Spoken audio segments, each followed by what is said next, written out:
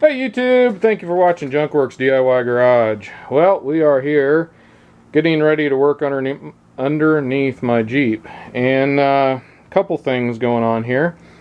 First of all, when I start coming to a stop or slowing down, all of a sudden the oil light's coming on, and then it went off. It was fine for a while, and then it started doing it again, so then it was intermittent. And I had put some oil in it thinking, okay, well, maybe it needs oil. I went ahead and topped it off. It needed like less than a quart, but then it was fine for a while. And then it started doing it again. So then I knew there was definitely another problem. It wasn't acting like it was running out of oil or like the oil pump was going out and not feeding the motor. So I just kind of actually said screw it and drove it for a little bit that way just to kind of see if anything would happen more, and it never did. And I did some research before this, obviously, and realized it is, I'm hoping, this right here, which is just the sensor. Now this sensor is an oil pressure sensor, obviously. I got it from Standard off Amazon. Lot of reviews, high stars. It was pretty much one of the cheaper ones with the best reviews kind of thing. So I went ahead and went with that one. So down the road we'll find out how well that was. Well, every video or everything I saw on this said you needed a 27mm socket for this. And you can buy these right here, which are made kind of for these sensors. But you don't want to use these for impact, but you can use them for with a 3/8 wrench, which is kind of nice. But I was like, oh, if I'm buying a 27mm, I'm going to go grab an impact one. Got this one from Harbor Freight. It was less than $5, and I had like a 30% off coupon for the holidays. So regardless, I went ahead and picked that up. But I will say I had one of these that I got free in a bucket of tools at one time. And this is an 1/1/16".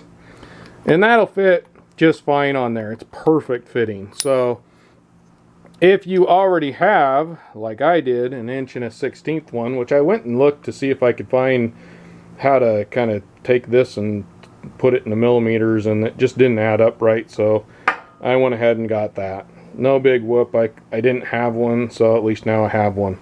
But if you have an 1/16" sensor wrench kind of like this already, these are actually made, they actually have kind of little bumps on them that actually grab around, little bumps on these right here. It's kind of a strange fitting, but either way, this one will work on there. So don't go out and buy a 27mm if you already got one of those. So we now are officially underneath the Jeep right now. This is an 04 Jeep Liberty, in case I haven't already said it. This is the driver's side front tire right here, and we're up underneath here, and here's your anti-sway bar going across here, and then right above that, I've done an oil change video, but you got your oil filter right there. It's right next to this pulley here, crank pulley. So oil filter there, and right above that you'll see a little red thing right there. That is plugged into the sensor that we are going to be changing. So it's fairly easy to get to. There's just not a lot of space down here, so hopefully filming goes okay. First thing I'm going to do though is actually take some of this. It's electronics cleaner. It's supposed to be okay for plastics and clean things out.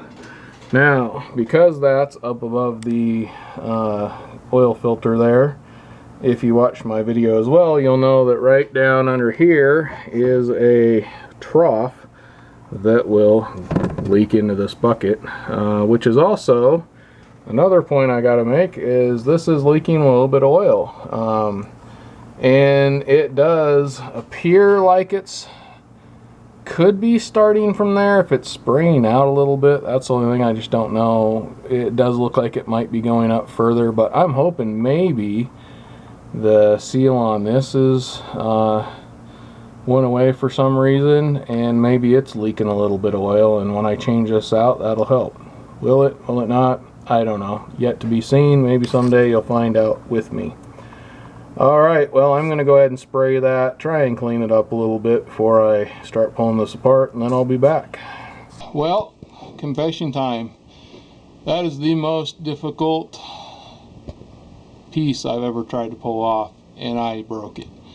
So I'm going to have to jerry-rig this thing back together to make it work, tape it, do something, and hope it works. But I will tell you, the hardest part was right here on top. You probably can't tell.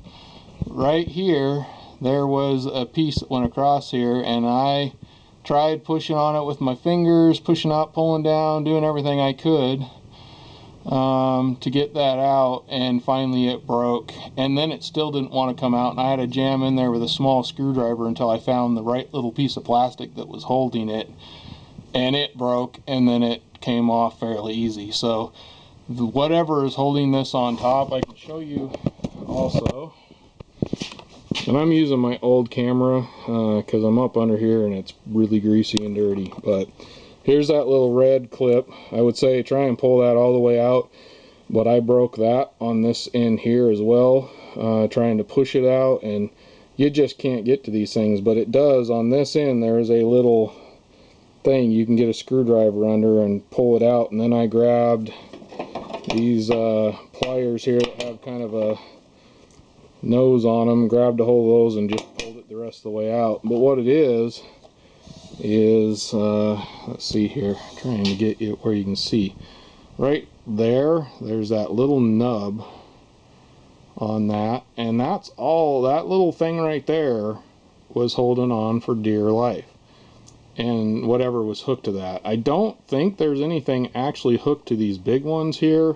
I think it's just this little tiny nub right there.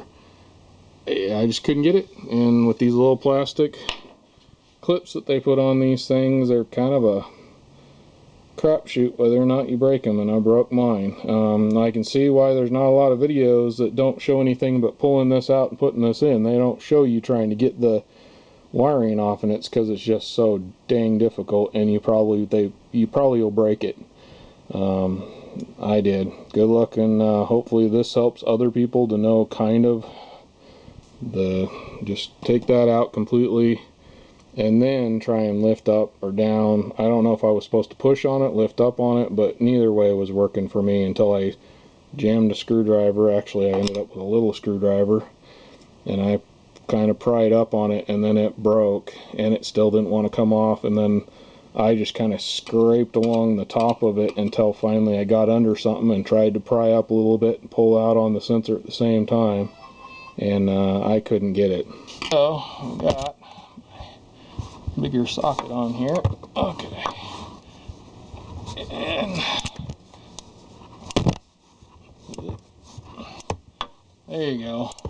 I need two hands so I don't bend this off here and end up breaking something. So you got a pretty good idea. I got that. I got an extension. You probably could use a regular socket, but I got this one that swivels, which makes life so nice.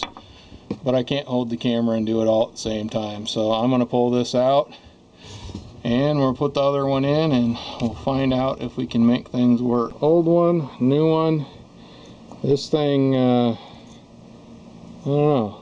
Definitely appears like it was probably leaking, so I'm hoping that a little bit of a oil leak I have is just that and not anything further up. But this is a good start. I'm going to go ahead and stick this back in. Really is just putting it in, screwing it in. It actually even comes with the Teflon gasket seal, whatever, already on it. We'll go with it.